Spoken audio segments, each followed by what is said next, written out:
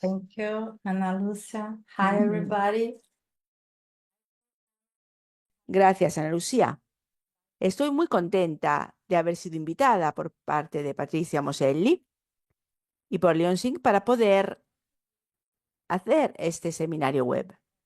Estoy también muy contenta de poder contribuir a la difusión de los conceptos del análisis bioenergético, además de poder dar nuevas reflexiones sobre los comportamientos humanos de hoy.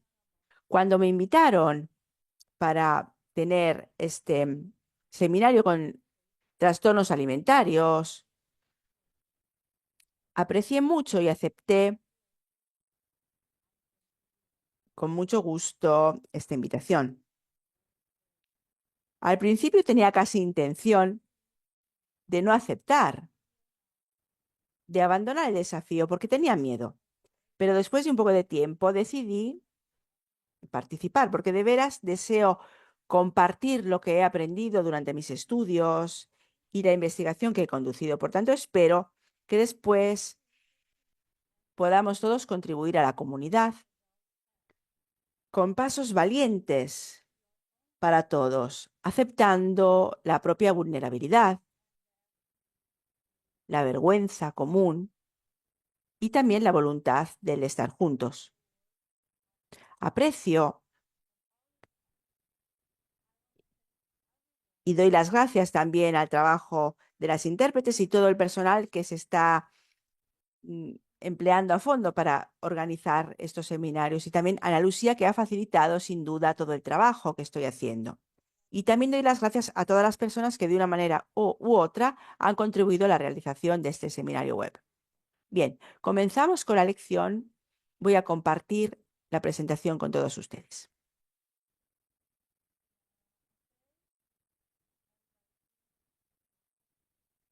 Muy bien, veamos trastornos alimentarios y otras compulsiones.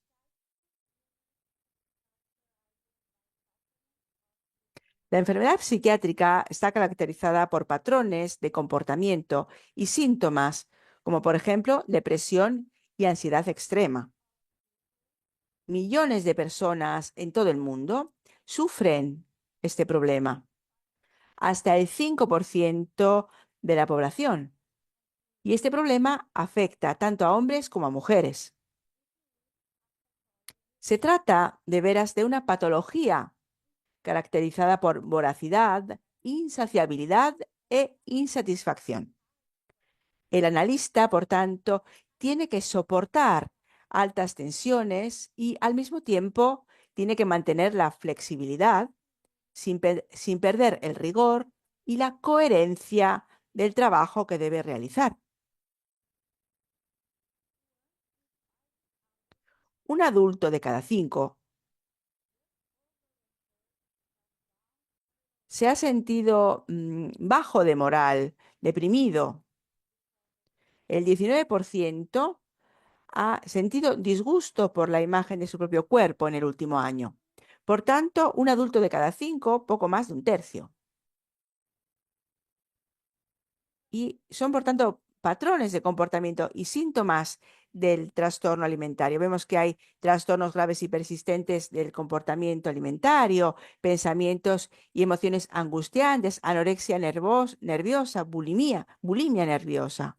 Son sin duda trastornos más comunes en las mujeres, pero también pueden presentarse a cualquier edad y afectar a cualquier género.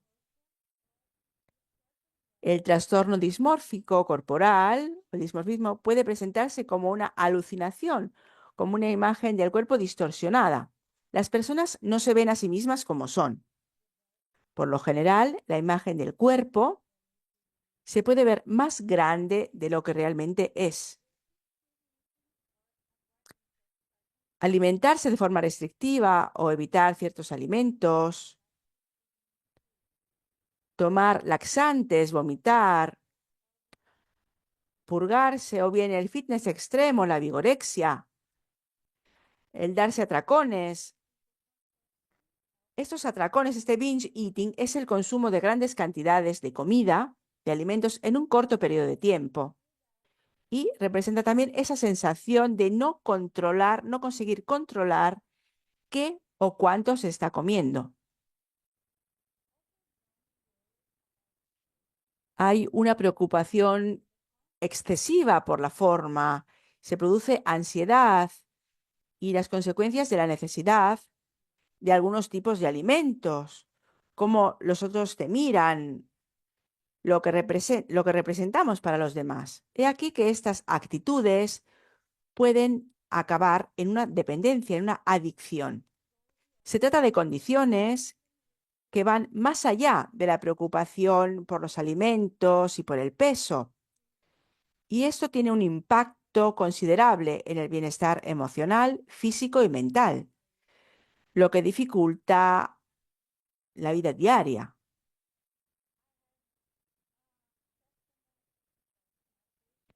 Tengo varios testimonios de pacientes que me han dicho, comer hasta que no puedas pensar, comer para no sentir. Se trata precisamente de un comportamiento autodestructivo. ¿Me amo? ¿Me quiero? Esta es la primera pregunta. Y después otra pregunta, ¿por qué y cómo comienza, cómo surge esta patología? ¿Cómo es la sociedad de hoy? ¿Cómo nos anima a alimentar a nuestros hijos, a elegir el tipo de alimentos de dar a nuestros hijos? ¿A qué señales debemos prestar atención primero? Hay algunas sugerencias, algunos consejos para cuidar la alimentación de nuestro hijo, como por ejemplo, sentimos decir a menudo, introducir siempre nuevos alimentos, volver el momento de la comida un momento de juego. Pero estos consejos no resuelven el problema. Pienso en cómo surgen, en cómo aparecen. Hay nuevos estudios que tienen que ser conducidos para descubrir enfoques nuevos que puedan incluir también el estudio del comportamiento de la sociedad y la dinámica de la personalidad. Según Reich, cada carácter tiene en sí la huella de su tiempo, de los aspectos sociales e históricos. De hecho, la sociedad contemporánea, según la perspectiva de Federico Navarro, post-reichiano, es cada vez más prepsicótica y narcisista. Podemos definir el trastorno narcisista de personalidad como la patología predominante en nuestra sociedad a día de hoy. Y es probablemente está en la base de los trastornos alimentarios. El trastorno alimentario se diagnostica generalmente en la adolescencia y en la primera edad adulta. La mayor parte de la literatura muestra que las primeras señales del trastorno alimentario surgen en la adolescencia. Yo no estoy de acuerdo y les voy a explicar por qué.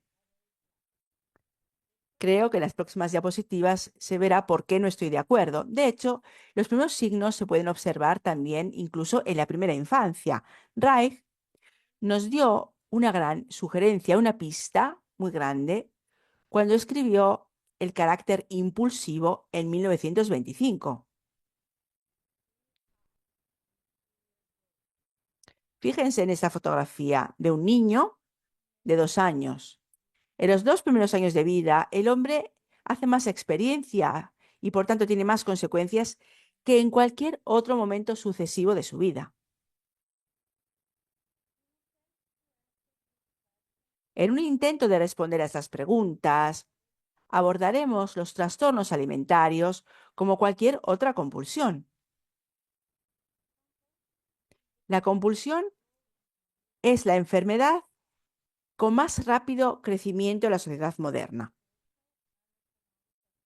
Potenciada, aumentada por aspectos sociales y económicos, donde el consumo se ha convertido cada vez más en la regla y los excesos no se ven o no se consideran como un problema.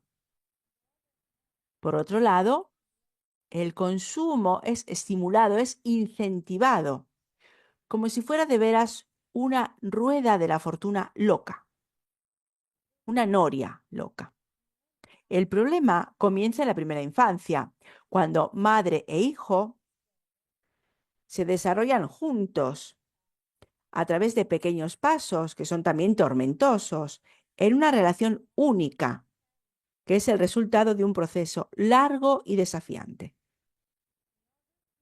Con el fin de aclarar este polémico punto, voy a dividir esta charla en 3 partes. La primera, el desarrollo desde la perspectiva del psicoanálisis. El segundo punto, el aporte del análisis bioenergético y la gestión del manejo clínico, de la cuestión clínica. Punto 3, explorar los aspectos neuroquímicos y neurobiológicos del cerebro con la ayuda de la neurociencia. Pero antes de entrar en esos puntos, permítanme presentarme. Trabajé en un centro de rehabilitación para drogadictos, coordinando un equipo multidisciplinario durante más de 10 años. He estudiado la compulsión y he estado enseñando sobre este tema para buscar nuevos enfoques de tratamiento. Además, tengo una amplia experiencia, gracias a mi estudio privado, siempre buscando nuevos tratamientos clínicos, creativos, con pacientes ambulatorios. Parte 1. El enfoque del psicoanálisis.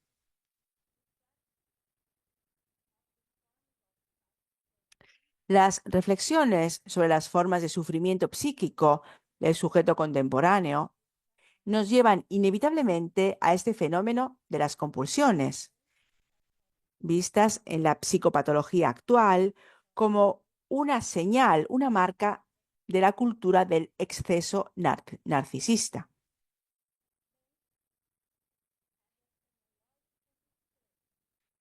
Bento habló de pasiones tóxicas, de investigación semiológica entre pasión, adicción y toxicidad. Y él dice, la compulsión es tóxica. Es el sufrimiento a través del síntoma. Joyce McDougall desarrolló el concepto según el cual la compulsión es un intento de curar estados psíquicos amenazantes que los objetos elegidos tratan de satisfacer con una función materna.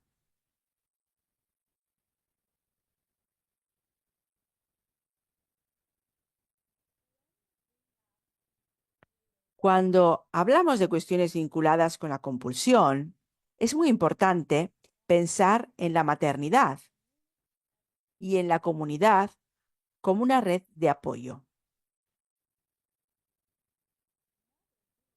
La maternidad requiere cambios sustanciales y también drásticos en el comportamiento de la madre, tanto en el cerebro como en el cuerpo.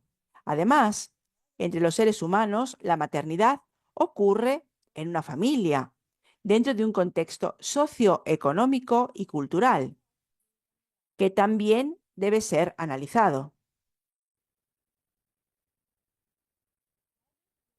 La maternidad implica cambios sustanciales en las características de la identidad personal y de las interacciones con otros individuos, llevando por tanto a una cascada de consecuencias neurobiológicas y fisiológicas. Exige, por tanto, una construcción del yo basada en un constructo cultural.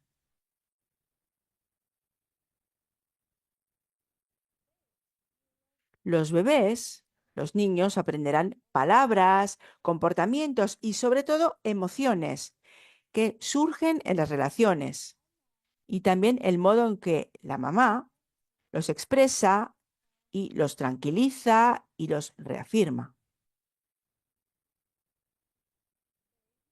Los bebés nacen con preferencias sensoriales y se adaptan, se sintonizan con el ritmo y la cadencia de la madre dentro de los primeros 6 meses.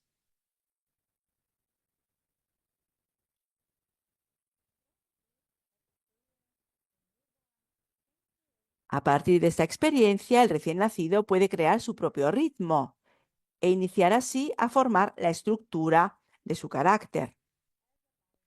Como analista bioenergético, creo que una personalidad se forma en respuesta al ambiente.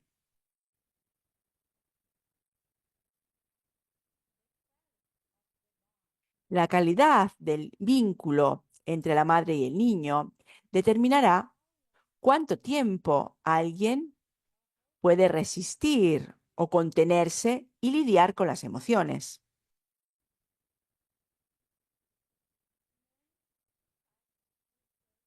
Muchos recursos psíquicos se construyen precisamente en la relación durante todo el periodo de maternidad del ser madre, que es un proceso continuo. En una línea continua de acontecimientos, la díada primordial, constituida por madre y bebé, conocería a la tercera persona, con lo que se potenciaría la subjetividad del propio bebé. Es una mala suerte, una desgracia, que la madre no tenga buenos recursos y que el bebé tenga que sufrir diariamente tormentas emocionales. La intensidad crea tensión y perturbación y trastornos psicológicos, bloqueando el crecimiento regular y satisfactorio.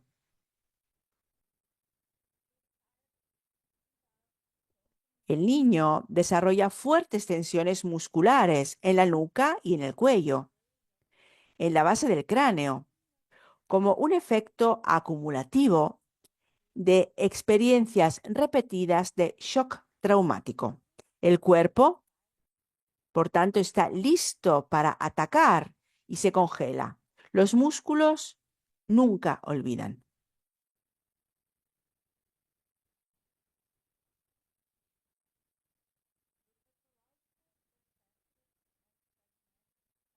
El yo patológico, defensivo y fragmentado es una consecuencia de traumas acumulados en la concepción de Masud Khan.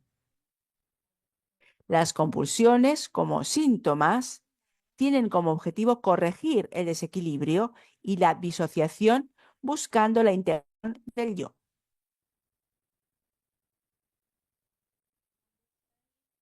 Comprender el trauma. Los seres humanos no nacieron listos para vivir y necesitan que los proteja, que los cuide y los alimente.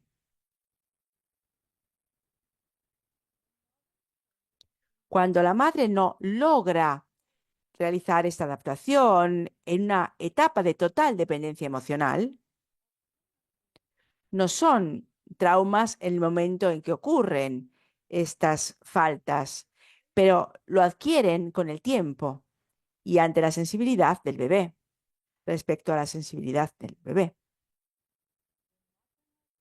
La función materna actúa como una barrera protectora, dona al bebé un componente organizador de calidad. Los traumas acumulativos se derivan de la ruptura en esta barrera.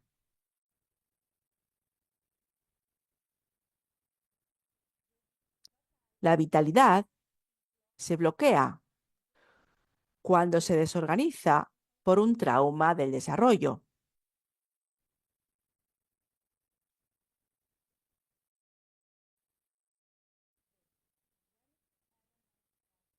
El elemento patógeno del trauma acumulativo es una estructura psíquica de defensa contra la realidad emocional y es un funcionamiento defensivo prematuro frente a las invasiones sufridas y experimentadas como hiperestimulación tortuosa.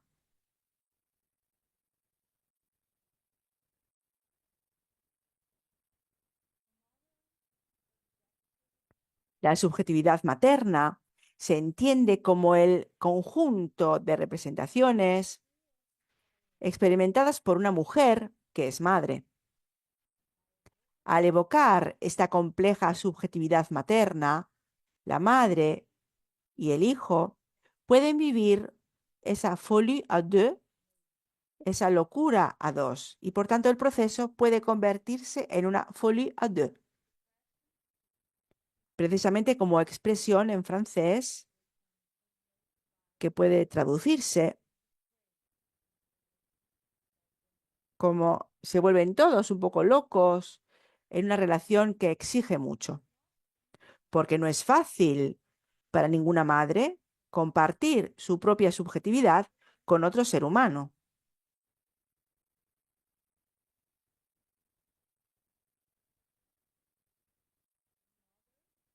Las madres deben contar con el apoyo de sus parejas y de una pequeña comunidad.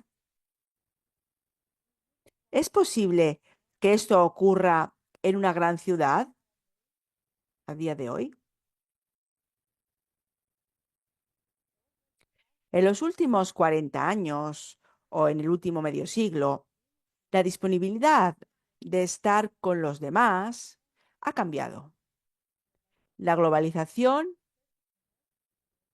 nos ha atrapado a la mayoría de nosotros en un contacto virtual y es más fácil mantener una relación a distancia que una relación en persona.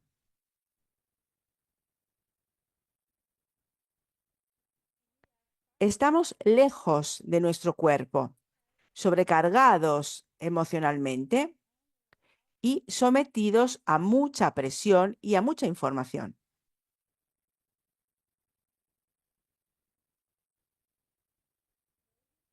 Los bebés, los recién nacidos, son los que más sufren de este efecto.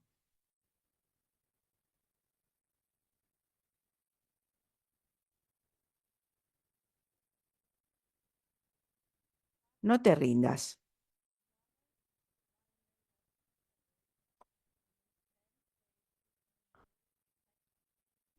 Teoría bioenergética moderna, comprensión basada en la neuropsicología. Solo a través del enfoque sensorial, el niño o el bebé es capaz de relacionarse con el mundo. La función sensorial desempeña el papel de conciencia primitiva, regulada y moldeada por el ambiente familiar en términos de aprobación o desaprobación.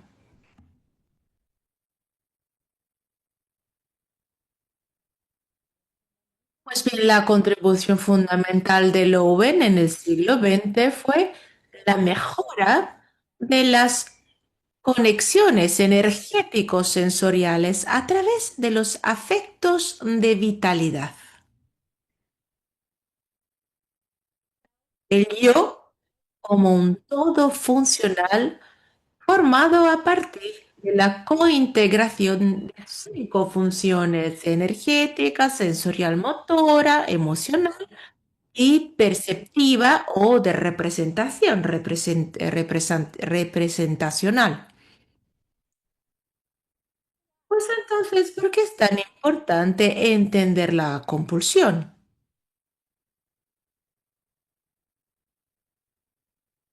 La función emocional contribuye a la elaboración de la información cognitiva. La función de representación a través de las imágenes o de los signos lingüísticos brinda sentido a las experiencias y garantiza la capacidad de pensar y reflexionar.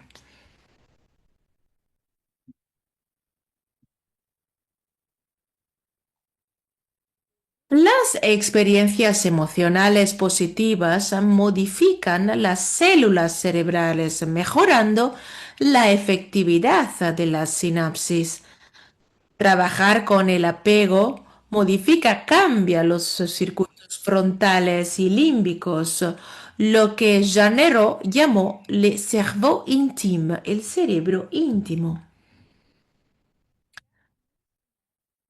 Vamos a ver cuáles son estas vías de la sinapsis, cómo podemos hacer todo esto. Ya no es el marco, no estamos en el marco patológico de la psicosis o de la neurosis el que merece nuestra atención, sino estamos en las condiciones previas y en la matriz en la que todo ello se genera.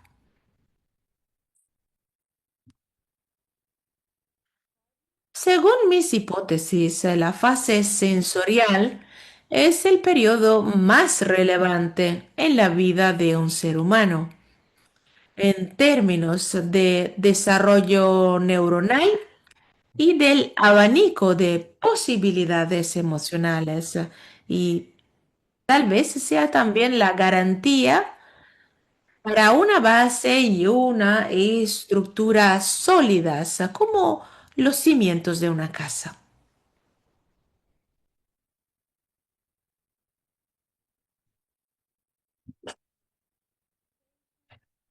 Los pacientes con casos graves de compulsión tienen como grietas en sus paredes por las que se escapa el agua y el cemento representa el objeto de elección de la adicción.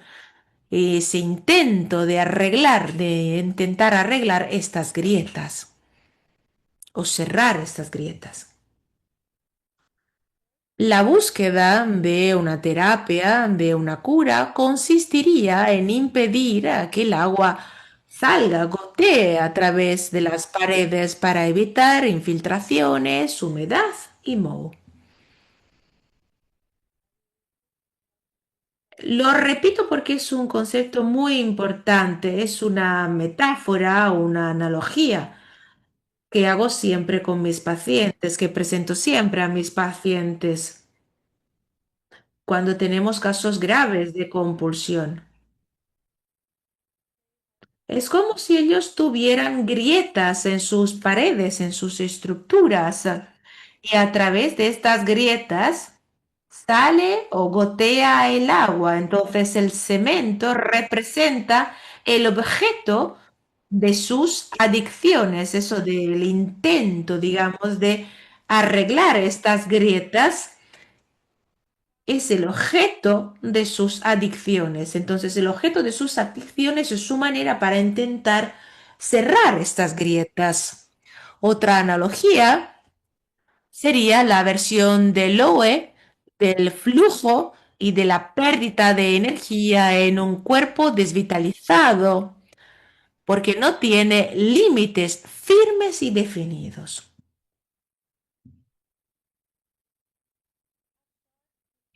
Una breve historia antes de ver o de echar un vistazo a algunas ideas sobre el manejo clínico.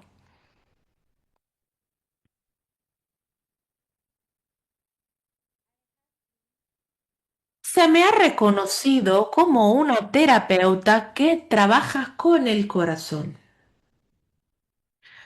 A principios pensé que era una manera delicada, gentil, de dar una referencia sobre mi persona y mi trabajo en general.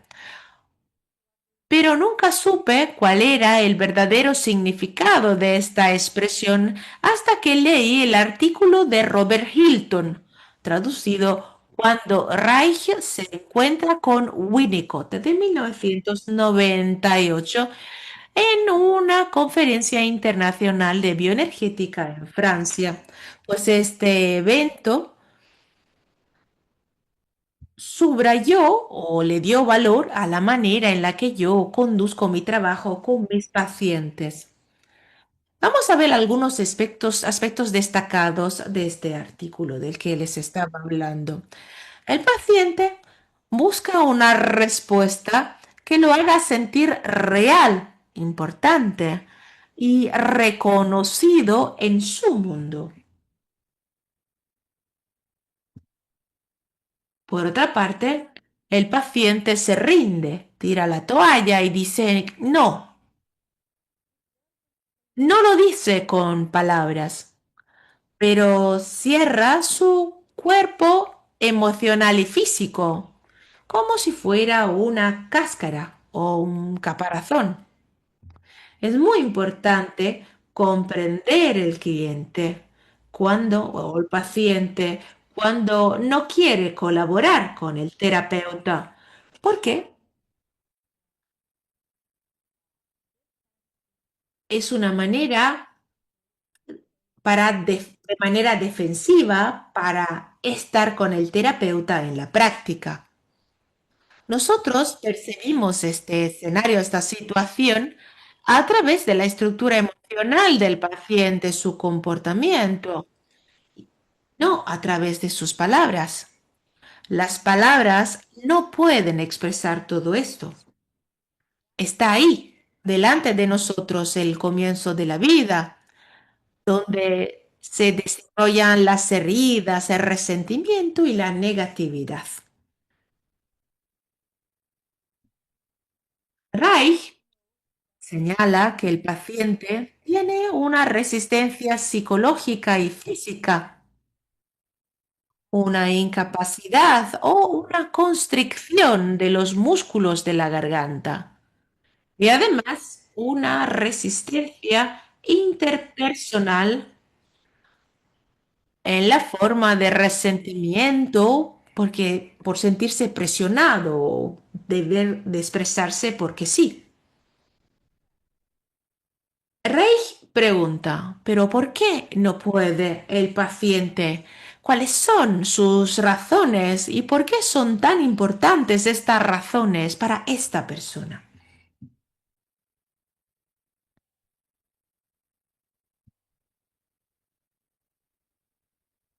Pues la respuesta más obvia es que cuando intenta abrir su corazón, en algún momento, intentó abrir su corazón en algún momento del pasado, se enfrentó a decepciones tan dolorosas que se vio obligado a cerrarse y a protegerse.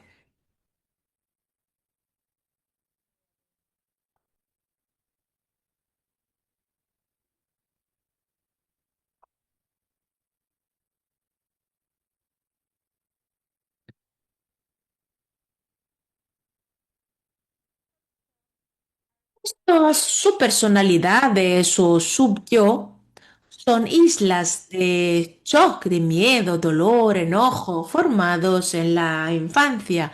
Nos protegen para que no volvamos a sentirnos amenazados y tienen muchísima energía. Como contamos en otro webinario, cuando, por ejemplo, hablamos de Shapiro en en el seminario de la semana pasada. Modira dijo en su webinario sobre la resistencia y la negatividad que adormecemos nuestros cuerpos para evitar el miedo. Luego buscamos la excitación o la emoción y la aceleración para evitar nuestra bioenergética de la muerte. O la bioenergética, sí, la bioenergética de la muerte. Me parece que es una gran verdad.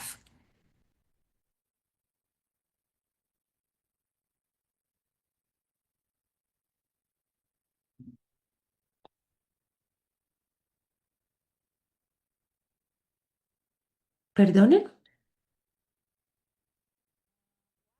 Entonces, lo que dijo Lowen fue, las compulsiones son un estado de pseudopsicosis.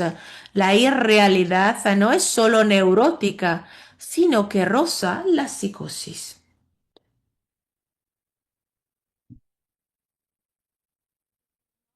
Es aconsejable trabajar con una carga muy pesada, ya que el paciente con síndrome de personalidad límite se enfrentará a un vacío repentino y abrumador.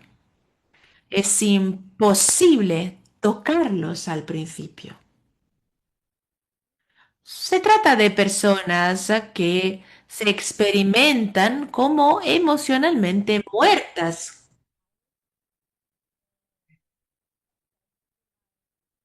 Yo le digo a mis estudiantes que nosotros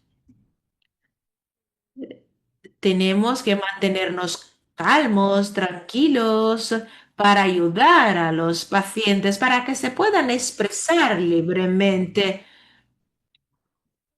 utilizando la bioenergética y los ejercicios de la bioenergética, utilizando la catarsis o cosas parecidas. A veces los ejercicios bioenergéticos no son lo mejor. Entonces es necesario permitir a los pacientes que puedan vivir la misma historia de transición entre sentirse plenamente vivos y estar completamente rígidos, congelados. Y debemos prestar mucha atención a esta oscilación.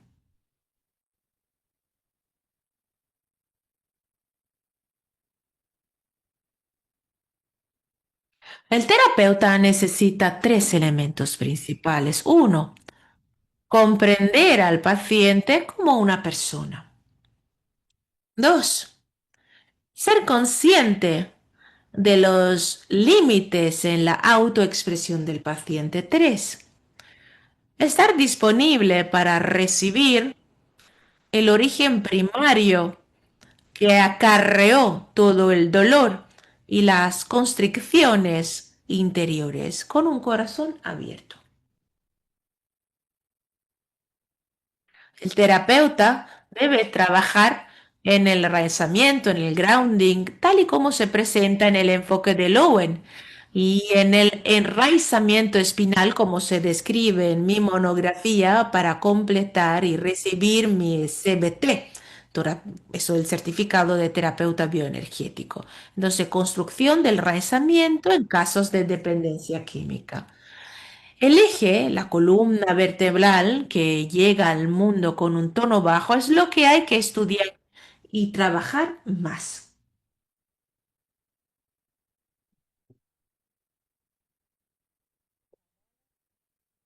Saboya escribió acerca de todo ello en el Journal of Bioenergetic Analysis en 2002. La psicoterapia puede ser vista considerada como un viaje épico. El paciente, como el héroe épico, pasa por la tragedia de su vida. Lo escribió eso Moselli en 2020.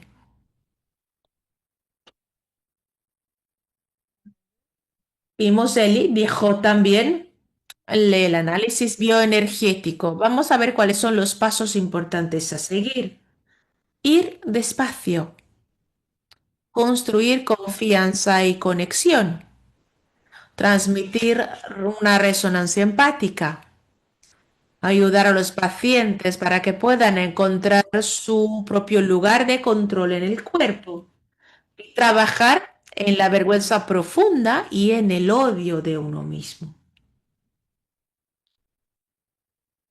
Antes de empezar el viaje, la pregunta que debemos de plantear es la siguiente. ¿Por qué ocurre la compulsión en la vida adulta?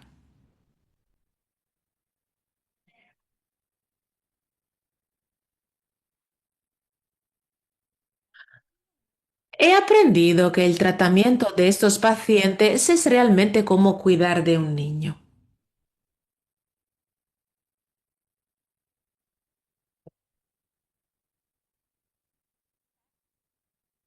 Los hechos me han demostrado que la mayoría de estos pacientes que tienen un diagnóstico de compulsión comparten un pasado similar a una historia parecida, dificultad en el entorno social, adaptación en la escuela, falta de enfoque, de atención, irritación constante y estallidos frecuentes o pérdida de control. Escribí acerca de esta situación en 2017.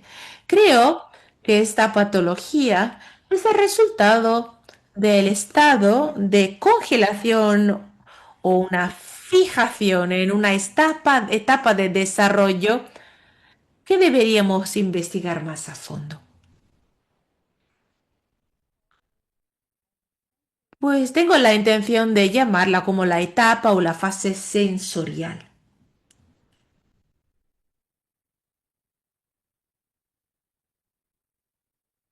Entonces, la fase sensorial precede o compone la fase oral y todas las demás fases sucesivas descritas por Freud.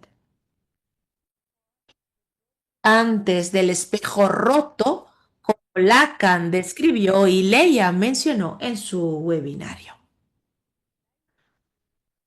Yo aquí uso una diapositiva de Leia para explicar lo que pasa con las fases. Aquí pongo la fase sensorial, digamos, en la línea del desarrollo psicosexual emocional.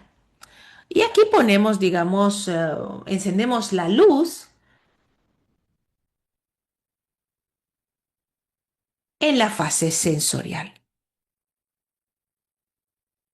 Pues yo creo que algo pasó en el paso al proceso de representación, debido ello al ataque que pueden causar los apegos inseguros, débiles o incluso ambivalentes al trabajo del pensamiento. Este elemento es muy importante también. Yo creo que algo pasó en el pasaje al proceso de representación. El proceso de representación, principalmente, digamos, es un pasaje entre más o menos a los 2 años de edad. El niño puede acceder a, puede hablar, puede expresarse con la representación. Si tenemos un problema en esta fase,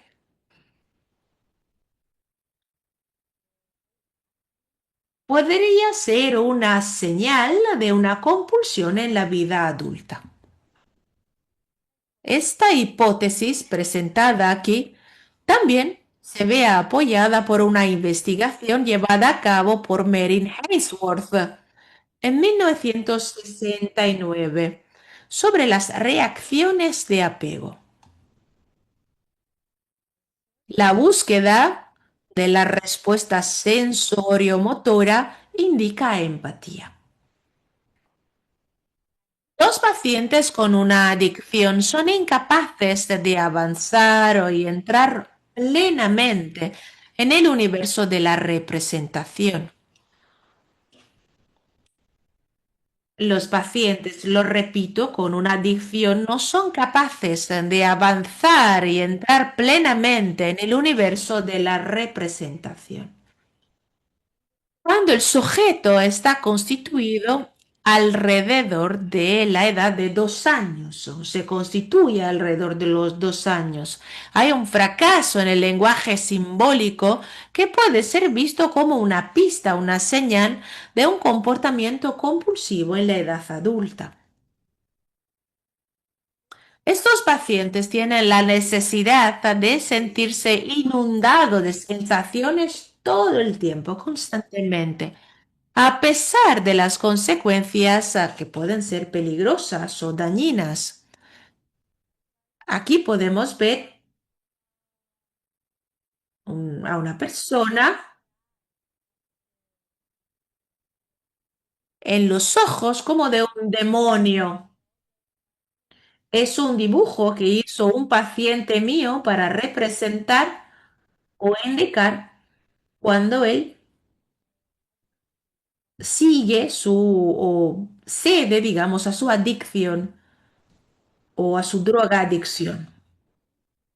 Sentirse inundados de sensaciones como si solo eso fuera seguro, como si fuera un apego emocional, una verdadera garantía de que nosotros podemos sentirnos vivos.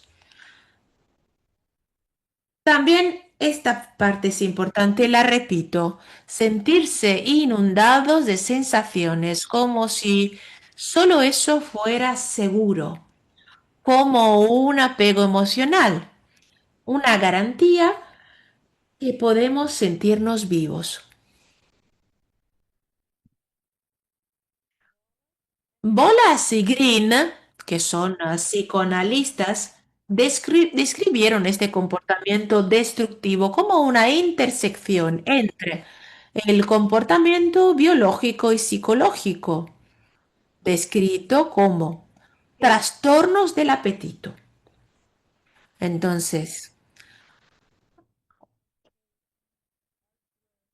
las necesidades por comida, alcohol, medicamentos o drogas reflejan un cuerpo dolorido que tiene que sufrir para existir. Muy triste, ¿no? Cada problema surge como un desafío para los padres y los médicos, que deben lidiar con un diagnóstico desconocido. Precisamente por esta razón, muchos intentos de diagnosticar solo han empeorado la condición y podrían hasta aumentar el riesgo de una estigmatización, un etiquetado de esta condición.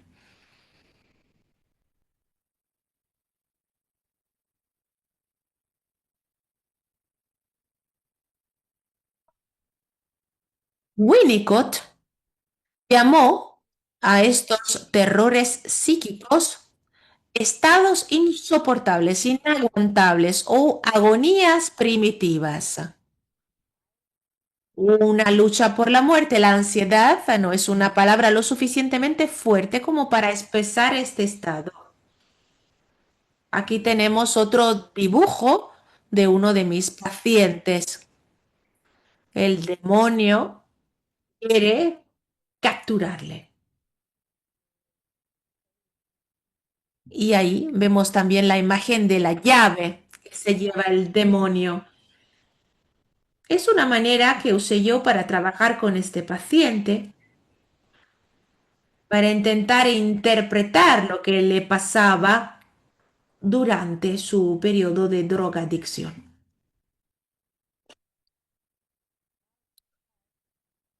Entonces la angustia como una marca del trauma, un vínculo, digamos, específico, emocional con el trauma.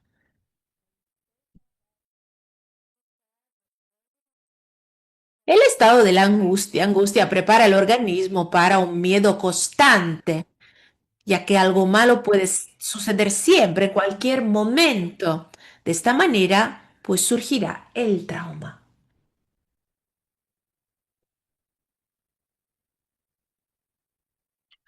Las experiencias del terror, eso de caer para siempre, que Gurfingel la interpreta como el colapso del sueño. Pues entonces este autor, Decio Gurfingel, escribió un libro que se llama Addiction en 2011, pues yo les aconsejo que lo lean. Es realmente un texto excelente si queremos leer algo acerca de este tema.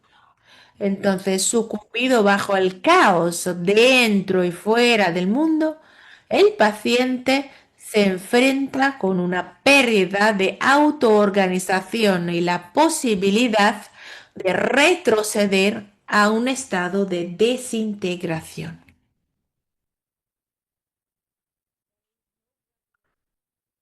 Pues no hay una graduación ni flexibilidad. El paciente ve el mundo solamente en blanco o negro. Entonces, una dinámica de funcionamiento extremadamente concreta que redujo el acceso a las redes neuronales, llevando al empobrecimiento cognitivo y o a una insuficiente capacidad para interpretar hechos e interiorizar dichos hechos.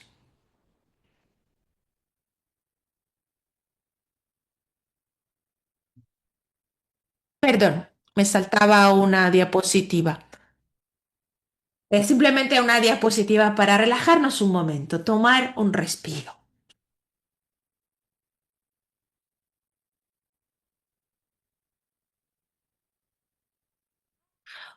¿Cómo podemos explicar ese tipo de comportamientos, estos patrones de comportamiento a través de la neurociencia?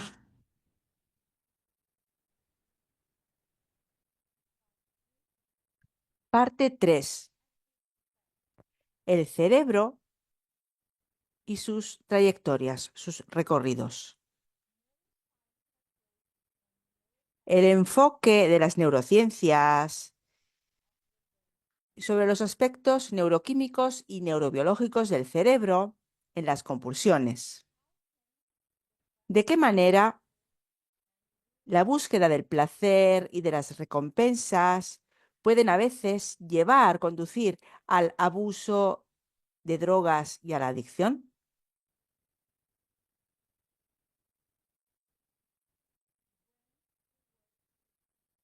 El sistema de recompensa del cerebro está vinculado a las compulsiones.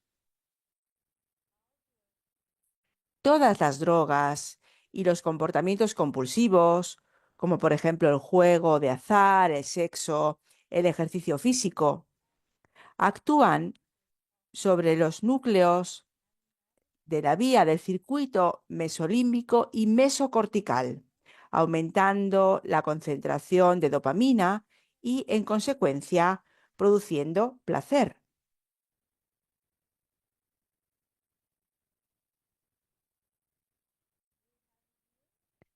Vemos en esta representación un cerebro. En verde, aquí pueden ver donde estoy utilizando el puntero, está el sistema mesolímbico. Se trata de un sistema responsable del condicionamiento y del deseo, del craving. Está relacionado con el aprendizaje y con la motivación. En el sistema mesolímbico hay proyecciones dopaminérgicas hacia la amígdala relacionadas con la elaboración de contenidos emotivos, emocionales. He aquí por qué este sistema es tan importante para nosotros, precisamente por la ansiedad, el craving, el condicionamiento, que están directamente relacionados con la compulsión, y la capacidad de aprender es otra tarea importante de este sistema. De hecho, si el paciente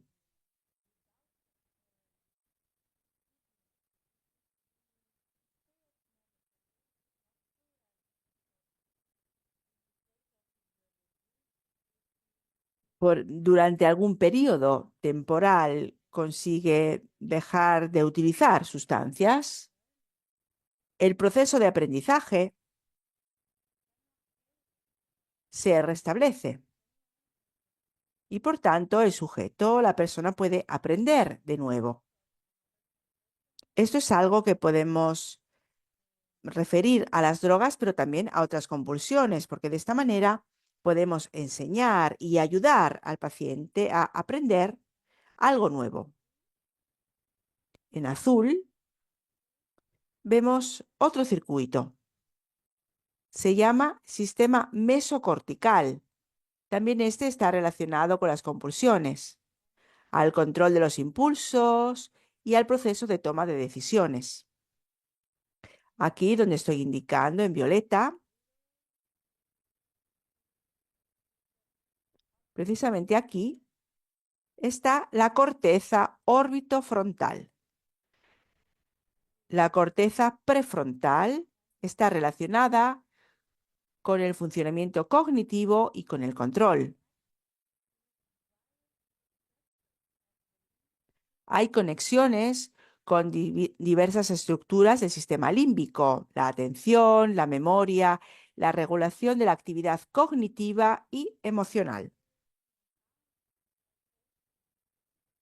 Cuando pensamos que nuestro paciente no tiene un buen proceso de toma de decisiones, no toma buenas decisiones, Sabemos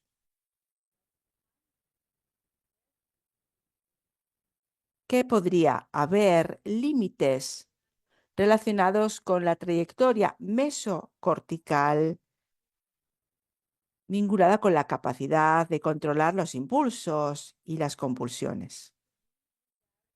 El cerebro ha dejado de considerarse como algo aislado, como un elemento aislado en el cuerpo humano.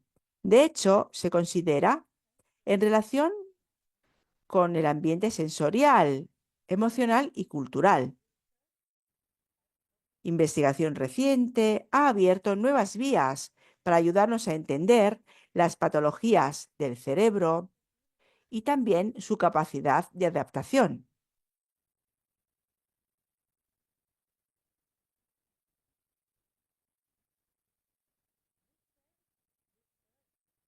Investigaciones recientes confirman disfunciones en la actividad orbitofrontal, por lo que respecta al autismo, las manías, el estrés postraumático, la drogadicción, el alcoholismo y la personalidad límite, borderline.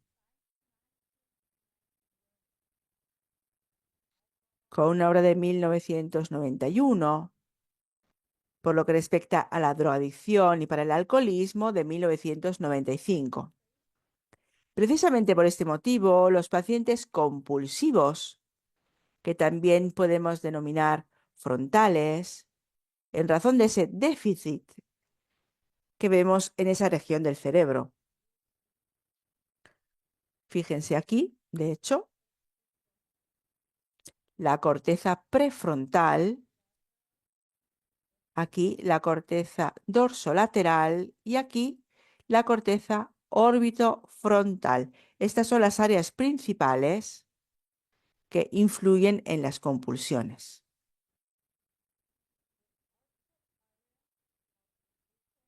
El área orbital de la corteza prefrontal está involucrada en las cualidades placenteras y en la interacción social.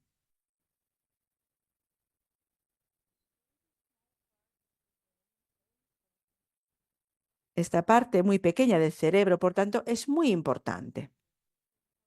Precisamente esta parte que está en la corteza prefrontal. Las regiones orbitofrontales y dorsolaterales están afectadas en estos procesos.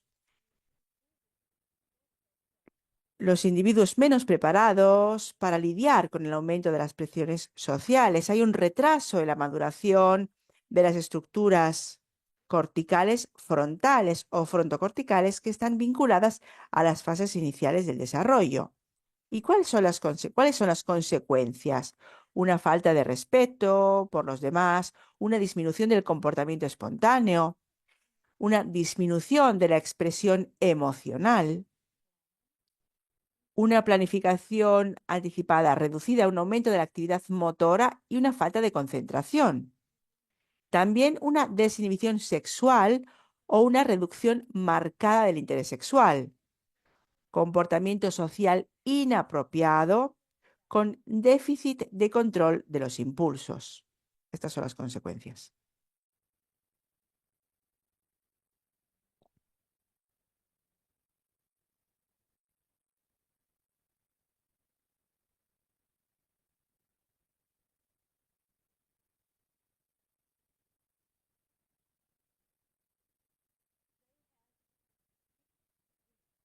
Por tanto, hay dificultades en los siguientes aspectos. Organizar métodos de memorización y recuperación de los recuerdos, seguir instrucciones y también señales que funcionan como guías para el aprendizaje, hacer distinciones temporales, tener un pensamiento abstracto. Estas personas son muy concretas, tienen escasas habilidades de abstracción.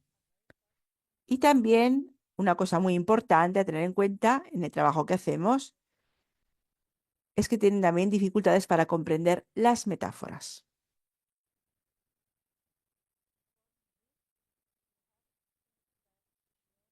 Precisamente por esto hemos pensado que cuando no logramos interpretar lo que dice el paciente, puede estar relacionado con esto. Es decir, al paciente le cuesta comprender las metáforas. La etiología de estas psicopatologías tiene un origen preverbal, un periodo durante el cual el cerebro está en plena maduración. Como nos dice Gaitonella, lo escribió de hecho en 2012.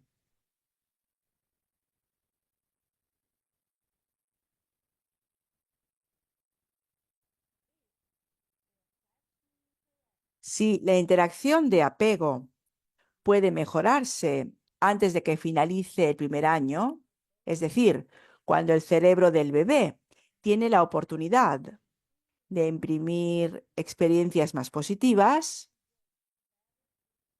tendrá también la posibilidad de juzgar mejor las conexiones futuras. Sin embargo, el peligro es que en edad precoz, en edad temprana, será necesario efectuar también cuidados preventivos, una atención preventiva. Tenemos que tener en cuenta eso. Tenemos que pensar qué estamos haciendo a nuestros bebés, a nuestros recién nacidos, también a nivel preventivo. Si damos, por así decirlo, el helado, el iPad, en una edad precoz, ¿qué sucede sucesivamente? Tenemos que pensar en las consecuencias, tenemos que prestar atención a esto. El descubrimiento, de hecho, más importante de Shore en 1996 llevó al recién nacido al campo de la salud mental infantil, al abogar la intervención precoz temprana en el tratamiento de los bebés, porque esta es una ventana crítica muy importante, es decir, la edad de 10-12 meses, que es el momento en el que madura la corteza órbito-frontal. Creo que será necesario prestar atención a esta edad, a este momento, a esta fase evolutiva de nuestros niños. Sin esta intervención temprana, precoz, algo se pierde y puede que nunca se recupere completamente. Por lo que respecta a la capacidad del cerebro para construir una imagen positiva para el apego y la autorregulación.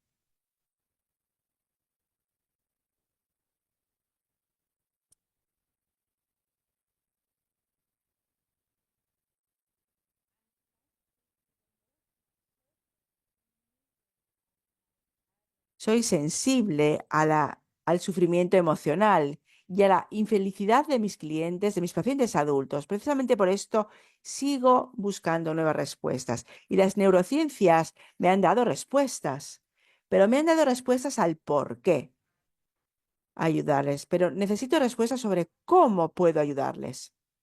Tal vez nuestros pacientes adultos pueden ser ayudados de forma distinta. Por tanto, ¿cómo? Creo que es muy importante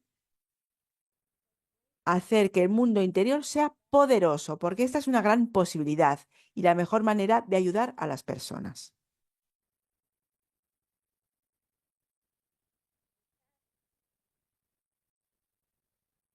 La tarea, por tanto, es la siguiente: crear un cerebro fuerte. Y en el caso de un abuso de sustancias, es deseable como resultado la abstinencia. La abstinencia no puede lograrse de una sola vez, sino que debe ser parte de un esfuerzo constante. La vida de una persona que hace tal esfuerzo no está dirigida simplemente a calmar sus pasiones, sino a intentar dominarlas.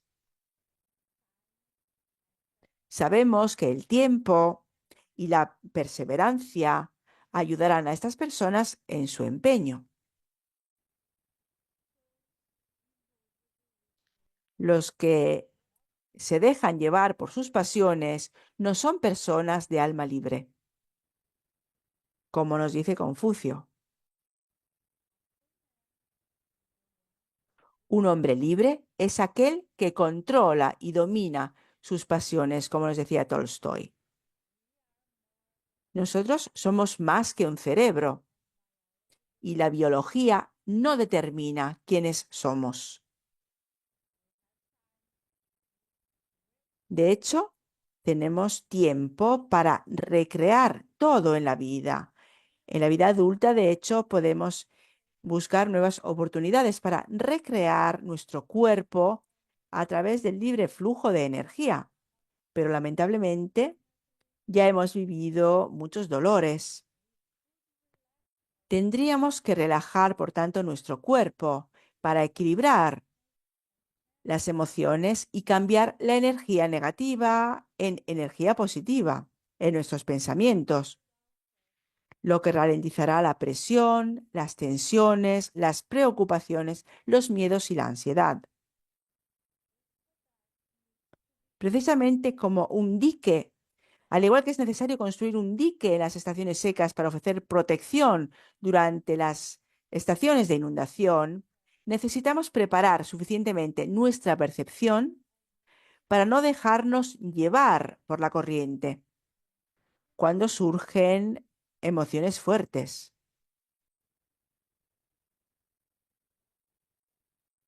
Bonito, ¿no?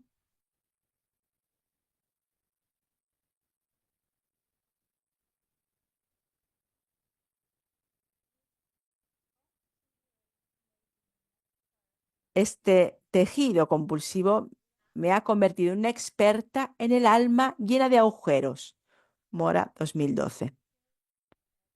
Les doy las gracias por la atención. Esto era lo que quería compartir con todos ustedes y he introducido al final de las diapositivas la bibliografía de todas las referencias bibliográficas y después todo este material se lo enviaremos, lo compartiré sin ningún tipo de problema. Y ahora tenemos mucho tiempo, muchísimo tiempo a disposición,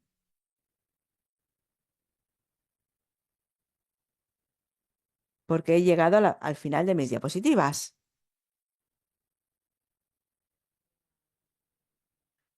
Muchas gracias, Mara. Estupenda presentación.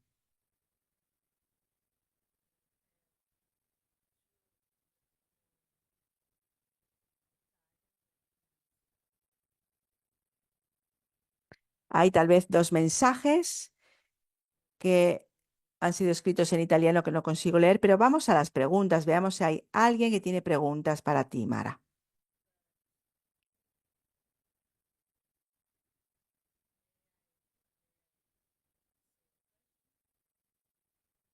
¿Puedo empezar yo con una pregunta? ¿Puedo, Mara, hacerte una pregunta?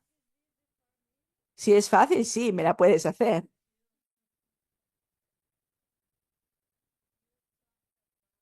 En realidad, has hablado de la representación,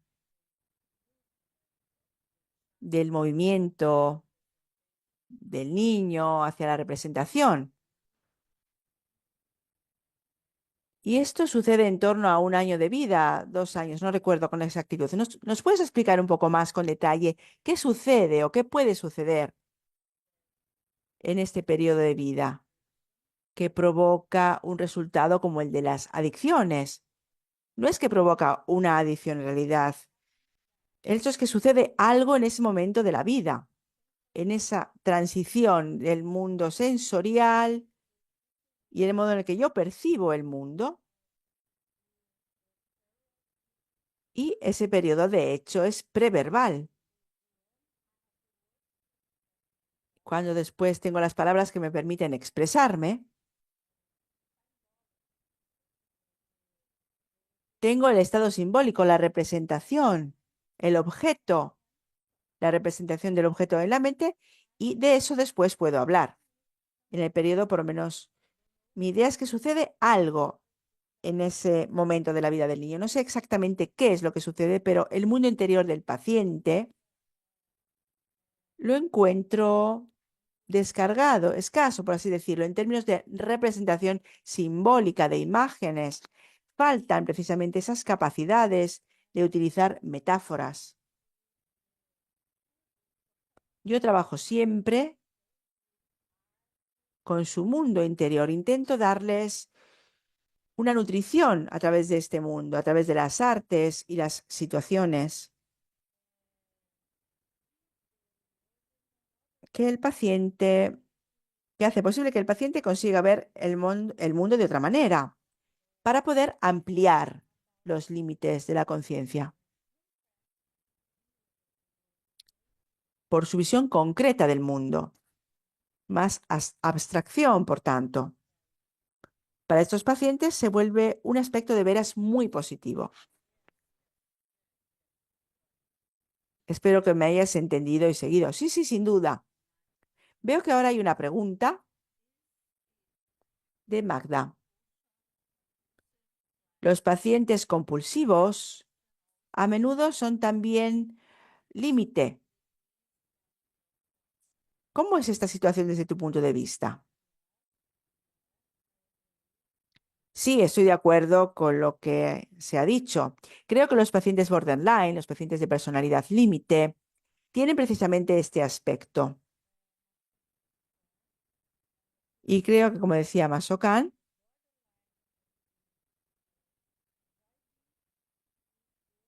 el aspecto borderline es lo que vemos en la mayor parte de los pacientes que tienen compulsiones.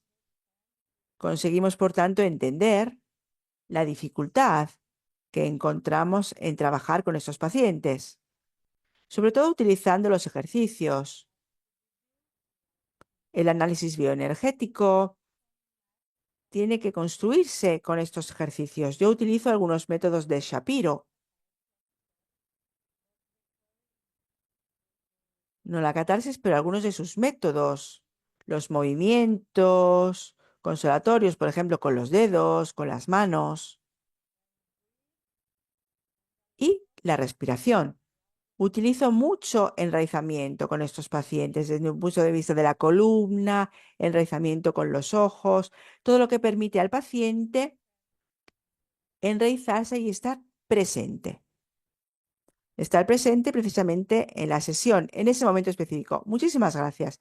Ahora tenemos otra pregunta de Rosa, de Filipis. ¿Cómo se puede trabajar con niños adoptados que han experimentado un claro trauma acumulativo en su infancia? Un trauma acumulativo muy definido en su infancia. Bueno, sí, estupenda esta pregunta. Es un trabajo muy difícil. No sé bien cómo sucede en los demás países, pero aquí en Brasil tenemos un problema vinculado precisamente a esto, porque los niños adoptados durante mucho tiempo no sé bien el nombre en inglés. ¿Me puedes ayudar, Anna? En una especie de casa permanecen, sí, en una especie de casa, juntos, permanecen ahí.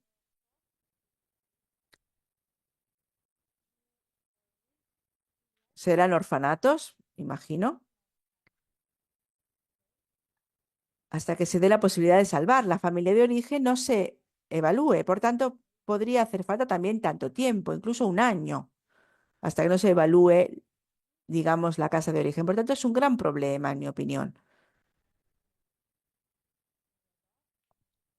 porque cuando un niño es adoptado de recién nacido, por ejemplo, la situación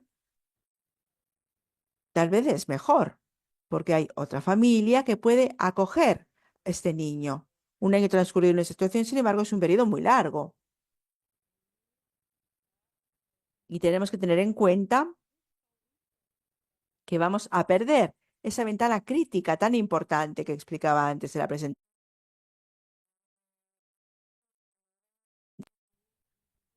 Creo que de veras hay mucho que hacer en este ámbito. Si, sin embargo, formáis parte de una familia que ha adoptado un niño, puedo decir que a esos niños hay que dar todo lo que se pueda, por lo que respecta al trabajo representativo con las representaciones.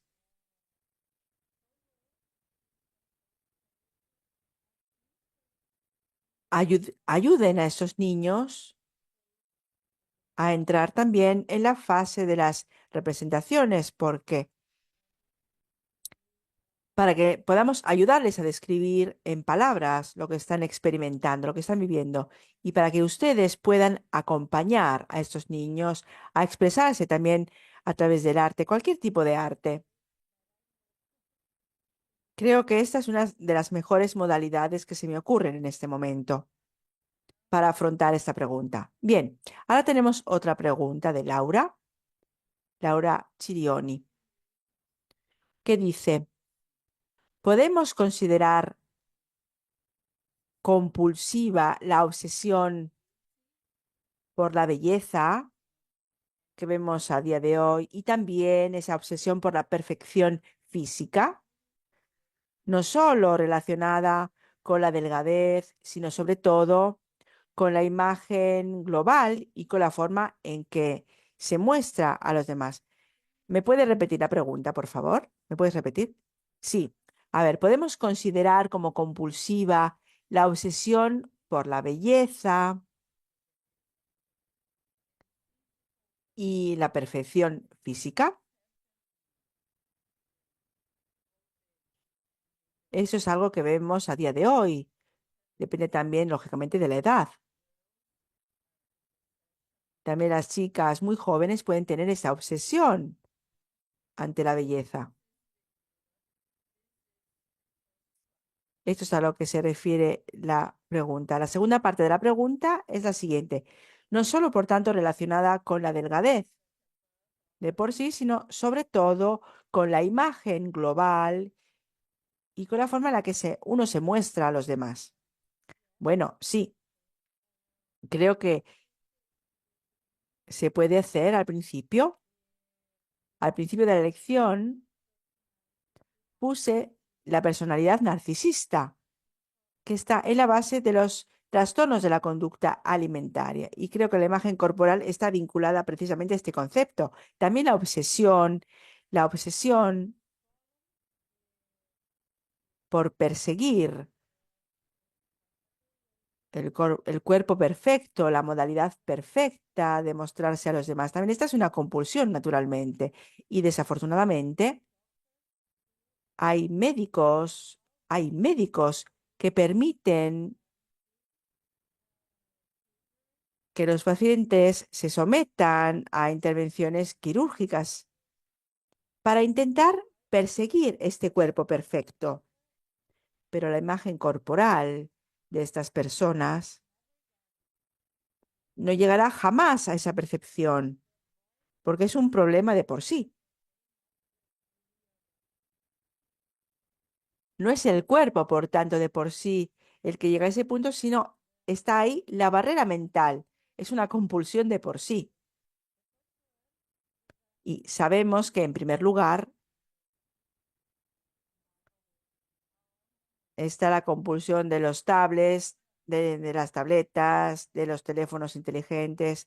Bueno, la segunda parte es la belleza como tipo de compulsión. Sí, sí, la belleza y la imagen del cuerpo. Y en segundo lugar, como tipo de compulsión.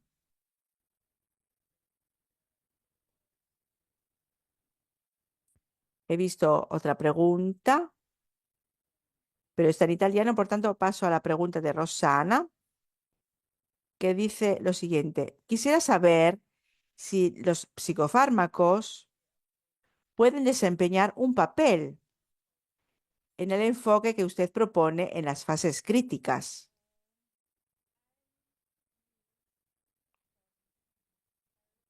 Sí, utilizo sustancias psicótropas, psicofármacos en algunos casos cuando es necesario.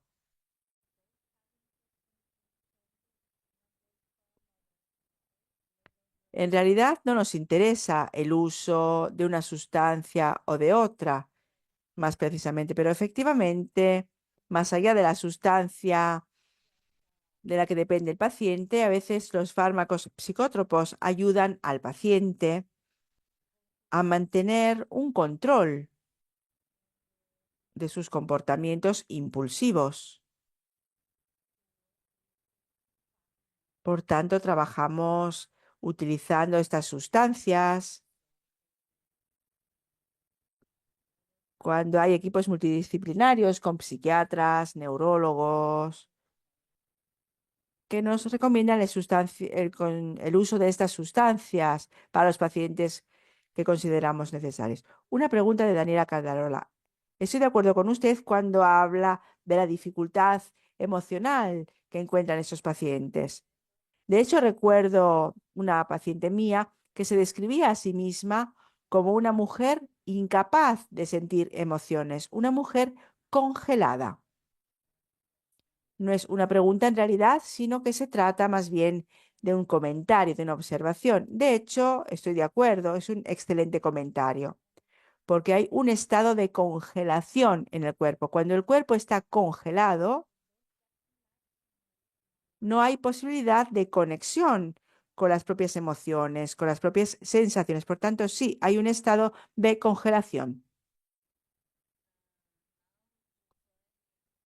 Ahora Giovanni y Antonio, ¿utiliza alguna práctica derivada de la autocompasión, Nef Germer, o ejercicios de mindfulness?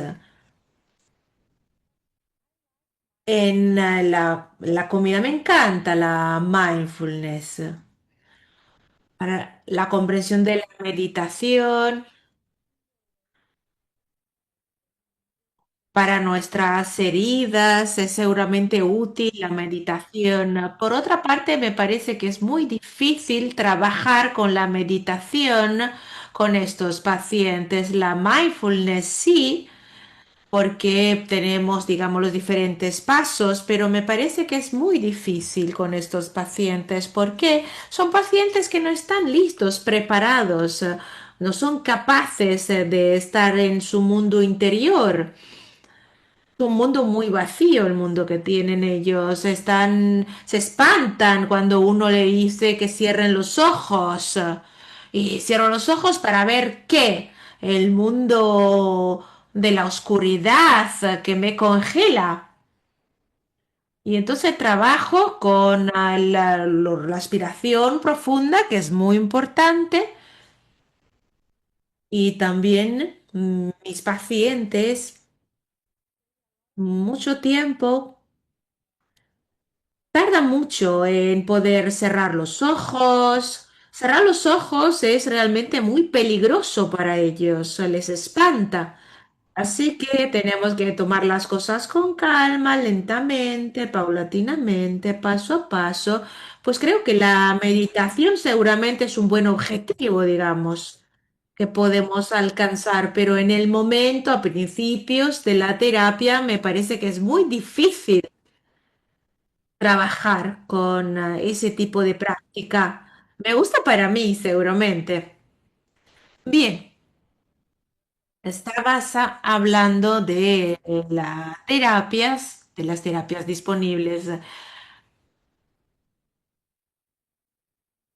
No veo otras preguntas, me parece, pero no sé, a lo mejor podrías describir un poco más acerca de la terapia, del tratamiento, decir algo más, ¿no? Has hablado contra de la catarsis o la posibilidad o no de usar la catarsis, si es importante, qué es necesario en las primeras fases, en los primeros pasos. ¿Cómo podemos abordar todo ello?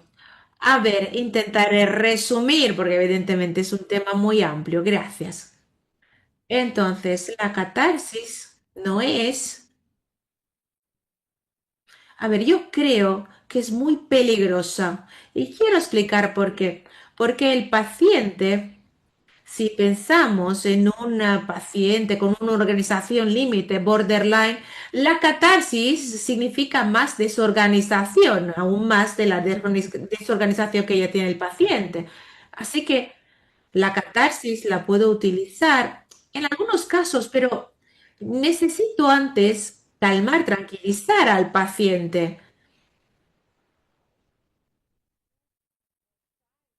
Porque el paciente intenta escapar, acelerar y escapar de su mundo interior. Así que hay que calmarle para que respire. Y explico al paciente por qué es importante. Le explico qué está pasando. Necesito que el paciente se quede conmigo, a mi lado, para trabajar con él o con ella. Yo no interpreto si pueden o no pueden hacer algo, o pueden hablar o no pueden hablar. Evito la interpretación porque sé que los pacientes tienen dificultades con las metáforas, las analogías, así que hablo lentamente, explico qué está pasando, uso imágenes, la música, pongo un objeto entre nosotros, coloco un objeto entre nosotros, porque estas cosas limitan, crean como un límite, una barrera para ellos, les ayuda a quedarse conmigo. Algunos pacientes no son capaces de quedarse conmigo más de, no sé, pocos minutos, 12, 20 minutos, 10 minutos. Es lo máximo, el tiempo máximo.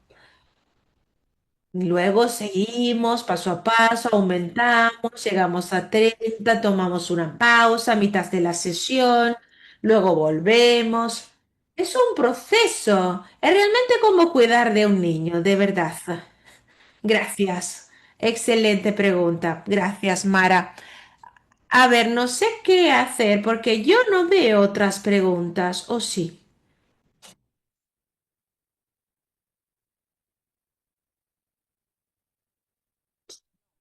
Sí, hay otras preguntas. Perdonen, perdonen, perdonen. Entonces, Elisabetta Gabrieli escribe, ¿qué obstáculos se encuentra con pacientes que tienen un problema muy grave de conexión sensorial auténtica con sus cuerpos? Sí, hay muchos obstáculos, barreras.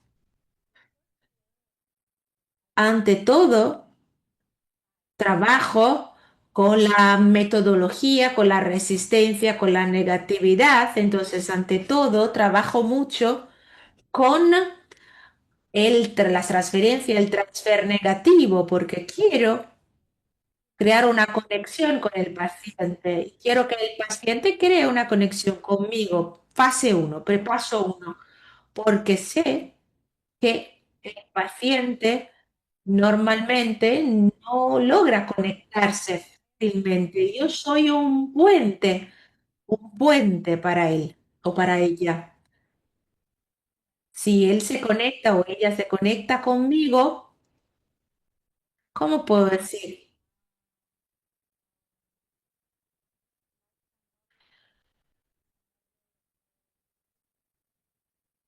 Puedo ayudar al paciente para que se pueda conectar con su parte interior. La verdad, no sé el nombre en otros idiomas. Son como, es como si fuera una prótesis. No sé exactamente cómo se dice en inglés.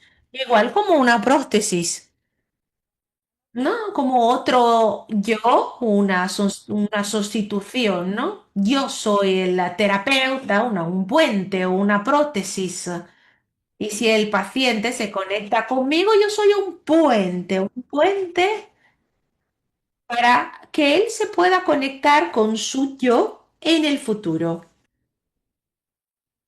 Sé que no lo puede hacer, evidentemente, en la primera sesión, pero hay que probar, probar, probar y probar otra vez. Y luego, como dije, como Overhilton dijo, tenemos que mantener el corazón abierto. ¿Por qué? Porque el lugar del terapeuta es un lugar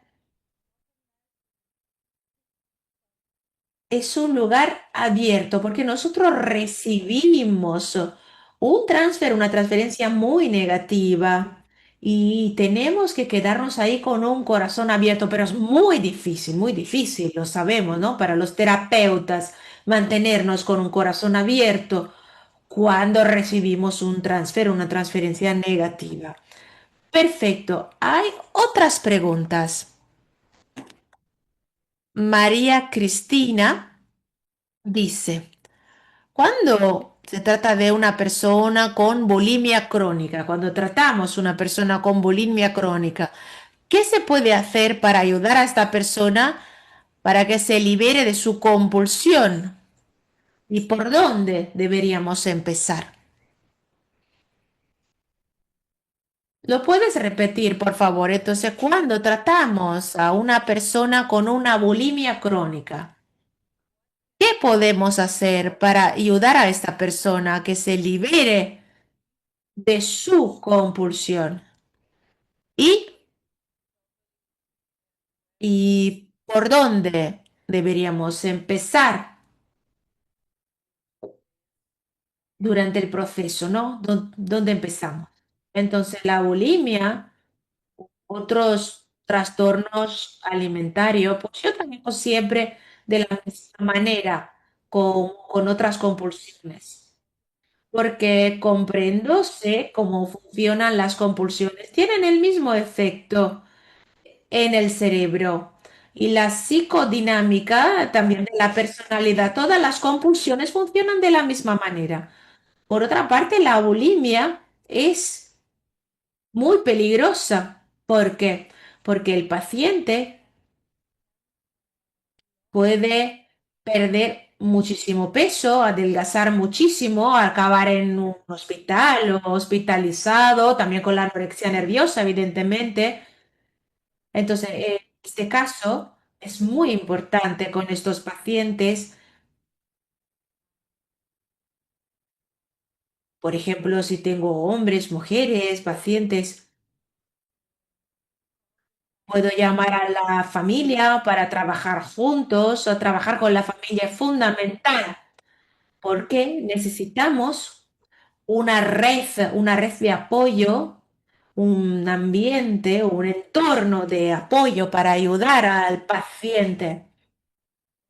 Y en algunos casos tengo otra opción, o sea, la rehabilitación, un centro de rehabilitación.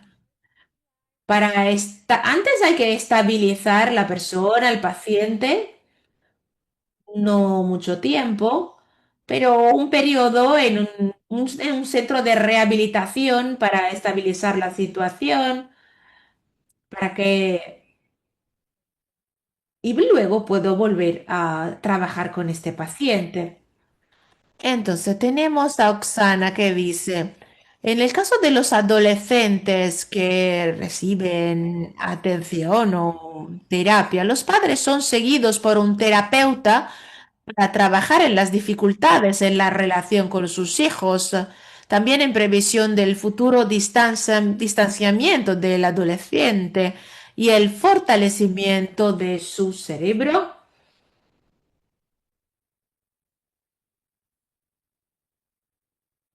¿Me podrías repetir la pregunta, por favor? Sí, es muy difícil de comprender, ¿verdad? En el caso de los adolescentes que siguen una terapia, también los padres son seguidos por un terapeuta para trabajar en las dificultades de la relación entre padres y adolescentes y también en previsión del distanciamiento futuro del adolescente y para un fortalecimiento del cerebro del adolescente. Eso es lo que he comprendido. Me parece que es importante lo que está preguntando es que y los padres también es importante de que sean seguidos por una terapeuta, por un terapeuta, no solamente el adolescente. Sí, sí, sí. Entonces, comprendido. Yo siempre pido a los padres que acudan a mi oficina porque evidentemente yo con los adolescentes Son casos muy problemáticos. Yo no trabajo mucho con, pues yo trabajo con muchos compañeros, porque a veces si nos quedamos solo, a solas con el paciente, no podemos ayudar al paciente. Así que siempre llamo, involucro a la familia, otro terapeuta. Si es un adulto, el paciente no tiene padres, a lo mejor tendrá una hermana o un hermano, o si una persona no tiene a nadie, evidentemente puede llamar a otros amigos, a alguien para que me ayude a comprender a la persona. El paciente es muy importante, sumamente importante. En los adolescentes, lo que yo creo que y necesario es que los padres y el terapeuta también entren al universo, al mundo del adolescente, que hablen el mismo idioma del adolescente. Es la primera fase.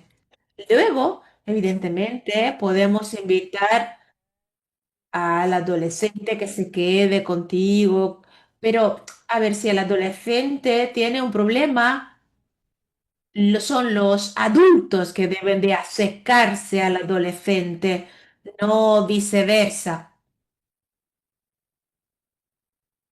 Bien, ahora pasamos a Elisabetta Gabrielli. Eleia, a ver si podemos comprender. ¿Puedes poder? Pues tenemos a Leila, entonces. La pregunta es, hacer grounding o enraizamiento no siempre es posible. Leila, entonces, ¿qué puedes decir? Aquí dice que a Leila le encantaría responder, pero a lo mejor no puede, no sé.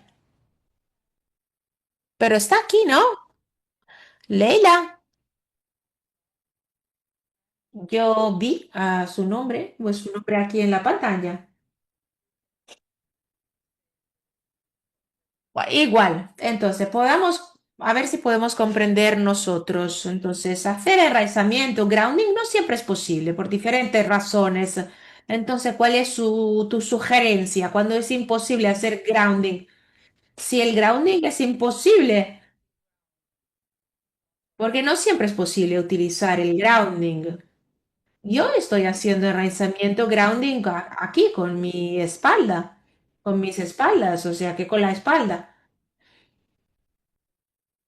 Lo podemos hacer también con nuestros pacientes, por ejemplo, con los pacientes que no pueden estar de pie. Lo podemos hacer usando una pared o una pelota. Podemos trabajar con el enraizamiento si una persona, por ejemplo, no puede quedarse de pie. Podemos adaptarnos. Porque el trabajo, los ejercicios que podemos utilizar pueden ser ejercicios muy sencillos. No sé, o podemos usar un objeto, eso de percibir las partes del cuerpo, 1 minuto, 2 minutos, no más. No es necesario hacer un ejercicio de pie larguísimo. Podemos adaptarnos. Si el paciente, por ejemplo, no puede quedarse de pie, se puede sentar y podemos trabajar. Me encanta el trabajo con la columna vertebral, eso de respirar, imaginar la columna vertebral o poner como una cuerda en la columna vertebral o podemos usar, a ver, eso como se dice, esta cosa que usamos en las piscinas, como una cuerda que se usa en las piscinas o... Exacto, eso. Estas cosas que flotan que se usan en las piscinas. A ver si Leila puede. ¿No? Leila está aquí. Hola, Leila.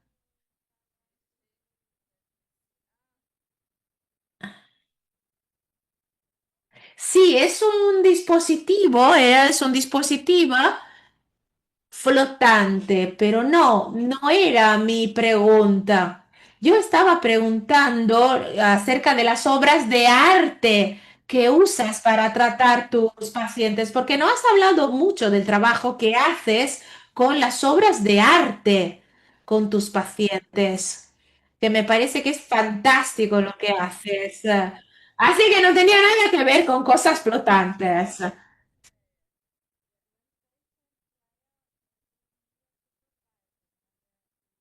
A ver, por ejemplo, con un paciente trabajamos con una imagen y empezamos una conversación acerca del escenario de, no sé, no sé, un bar, una fiesta. Y cuando la persona llegó, un hombre en este caso, este hombre encuentra a una mujer y podemos hablar de qué pasa, por ejemplo, cuando hay este encuentro. Empezando desde este cuadro y luego tenemos muchísimas ideas, insumos, cosas que le surgen al paciente con los que podemos trabajar. Pero quería contarles cómo empecé con esta idea. Cuando estaba trabajando en la rehabilitación, era coordinadora del grupo, este equipo de rehabilitación, pensé que los pacientes tenían, a ver, no sé cómo decirlo, como si participaran siempre en estas fiestas de noche.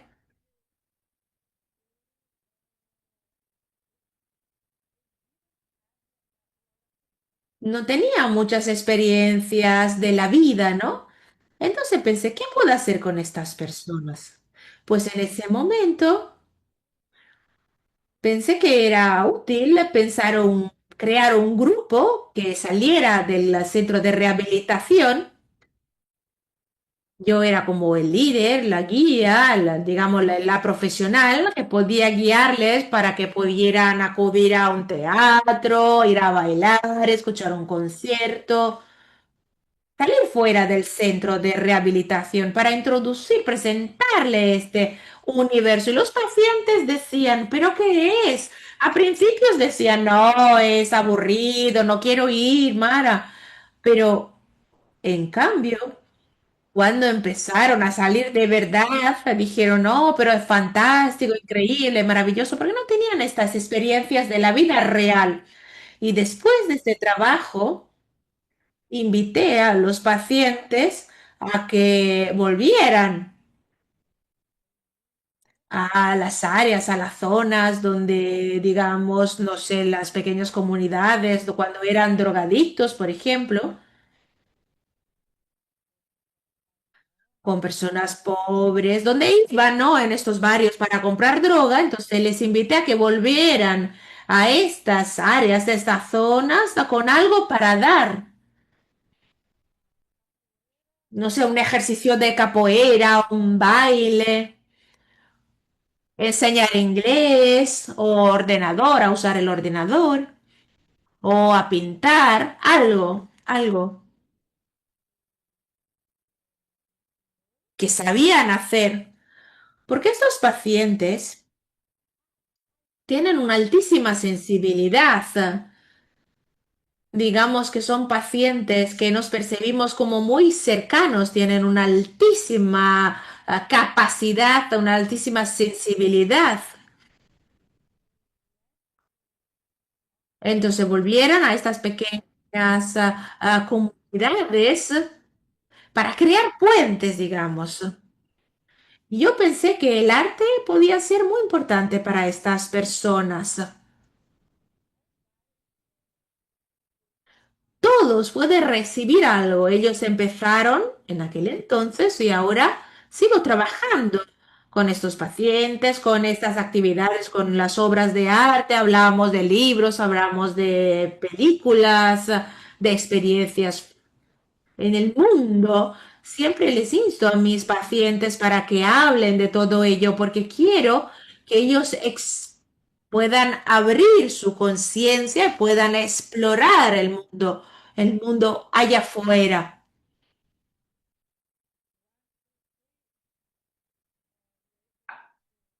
Digamos que tengo varias razones, una, dos, tres razones para instar a mis pacientes que puedan vivir y experimentar el mundo allá afuera.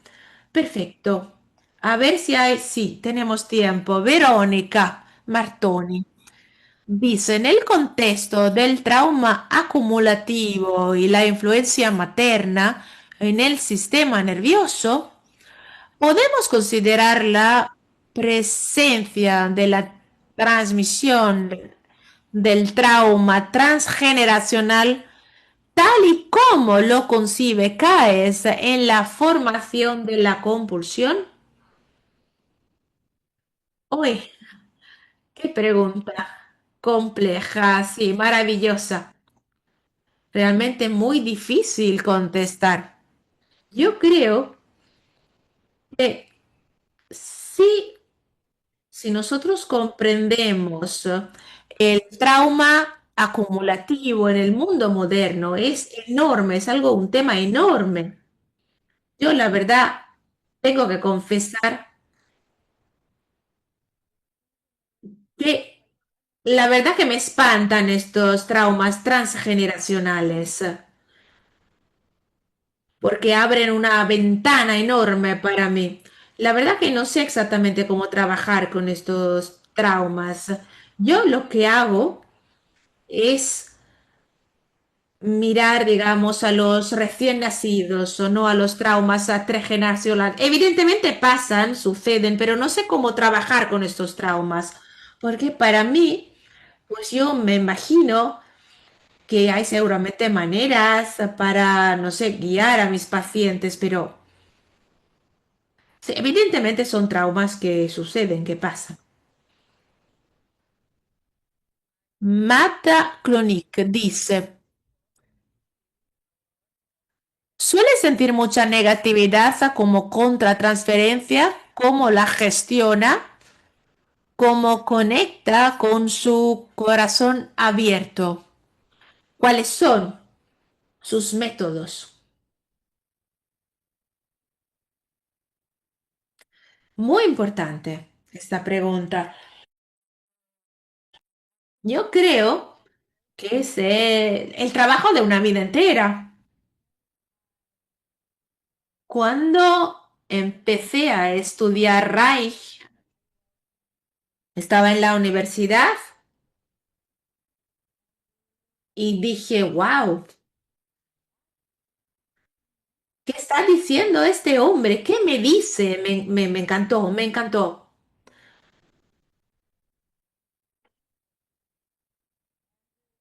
Y puse el libro como la Biblia de Reich, este gran libro de Reich, pues lo leí todo y los primeros capítulos que trabajan sobre la transferencia negativa los leí, los leí, los leí, los leí muchas, muchas veces y luego empecé a trabajar con esto y Reich dice que en los primeros 6 meses hay que trabajar con la transferencia negativa, porque si no lo haces, todo el trabajo en el futuro contigo como terapeuta podría fracasar. Yo soy una especialista en esto. Cuando el paciente se queda conmigo y me dice, ah, tú eres fantástica, me encanta venir aquí, etcétera, etcétera. Entonces yo pregunto, ¿a ti qué no te gusta de mi persona? ¿Te gusta, no sé, cómo mi estilo, cómo hablo, mi voz, la oficina, no sé, la decoración? Investiga un poco. Y el paciente dice, no, no, a lo mejor tus gafas, no me... Ay, fantástico, una cosa que no te gusta. Y busco siempre. Porque para algunos pacientes es muy difícil hablar o decir la verdad, porque quieren ser aceptados. Entonces no le voy a decir que no me gusta su voz, no, claro que no. Pero yo quiero saber qué piensa de verdad el paciente acerca de mi persona. Es importante para mi trabajo. Le explico esto, le explico a los pacientes qué quiero hacer y por qué estoy preguntando las preguntas que pregunto. Y luego ellos empiezan a contribuir, empiezan a decir, ah, a lo mejor podrías, no sé, cambiar, no sé, los zumos que tienes ahí en la recepción, o no sé, el perfume, alguna cosa. Y hablamos de las diferencias, cuando me gusta una cosa y a ti no te gusta. Y digamos que encontramos un camino entre medio, un punto en común. Y luego el comportamiento, la conducta agresiva,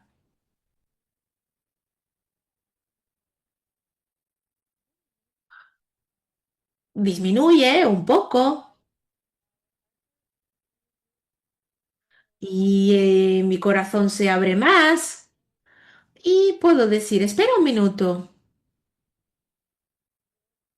tú has estado muy agresivo, muy agresivo. Ahora necesito un poco de tiempo, mejor que respiremos profundamente. Pues yo demuestro mis emociones, mis sentimientos. Es realmente una estructura, una construcción que hacemos juntos. A veces me siento congelada porque los pacientes son tan agresivos, pero le digo al paciente, pues ahora me siento congelada. La verdad que no sé qué hacer ahora. Espera un momento. Es realmente un círculo, una construcción. No es algo fácil. Es realmente una construcción. Gracias. Me parece que hemos llegado a la conclusión de nuestra sesión. Hay algunas preguntas, no muchas, de Claudia, Cristina, Antonio y Margarita.